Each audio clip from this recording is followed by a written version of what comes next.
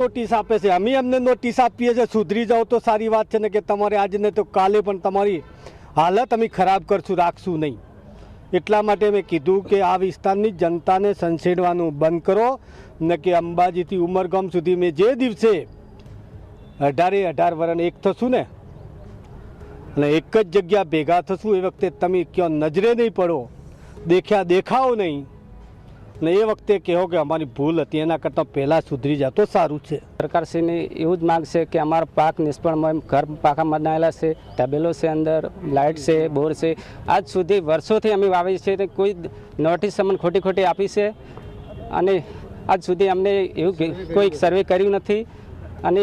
કોઈ આજ સુધી એમની કોઈ પહેલાં કોઈ આવી જ નહોતું. બોર અંદર બનાવ્યા, લાઇટ આવી તો આ સરકાર આટલા દિવસ કે ઊંઘાયેલી હતી અને હવે 2 મહિનેથી અમને એટલા હેરાન કરી નાખ્યા છે કે વાત છોડી દો. માંગ અમારી એક જ છે સાહેબ કે આ દિવાલ ચાલે છે એ દિવાલ આજે તાત્કાલિક અટકાય, અમારી માંગે છે. અને જ્યાં સુધી અમારા દાવા કોર્ટમાં જે દાવો ચાલે છે અને પ્રાંતના જે દાવા ચાલે છે એ જે આવશે નિકાલ જે આવશે અમે 0 માન્ય સાહેબ શ્રીને માનશું.